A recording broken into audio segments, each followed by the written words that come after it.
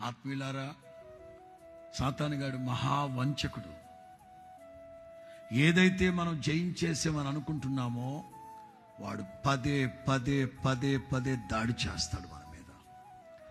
ఏదో పైకి బాగానే కనబడుతున్నాడు కానీ అబ్రహాము విశ్వాసులకు తండ్రి మనసులో మానసికంగా కృంగిపోతున్నాడు. ప్రియులారా, మీరు ఎవరైనా మానసికంగా కృంగిపోతున్నారా?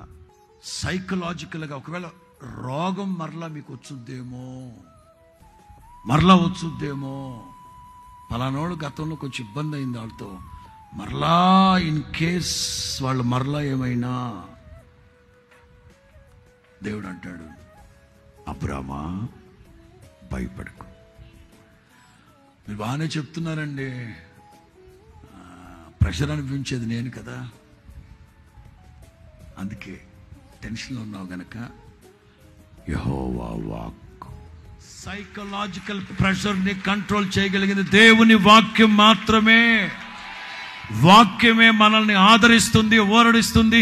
ఎంత ఉద్విగ్నమైన పరిస్థితి అయినా సరే యేసు నామములో నీకు శాంతి సమాధానం కలుగు చేయగలిగింది దేవుని వాక్యం. దేవుని వాక్యం, దేవుని వాక్యం. అందుకే పెద్ద ఆయన ఏమన్నాడు తెలుసా? రోజుకి ఒక్క వాక్యమైనా సరే కంఠో పాఠం పట్టండి.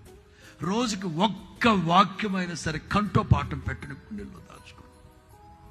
అందుకే ప్రతి పత్రికను పౌలు రాస్తారు, క్రీస్తు యేసును గూర్చిన కృపావాక్యం సమృద్ధిగా మీ హృదయాలలో నివసింపనీయుడి. స్తోత్రం చెప్పు గట్టిగా, స్తోత్రం చెప్పండి గట్టిగా. ఏదేను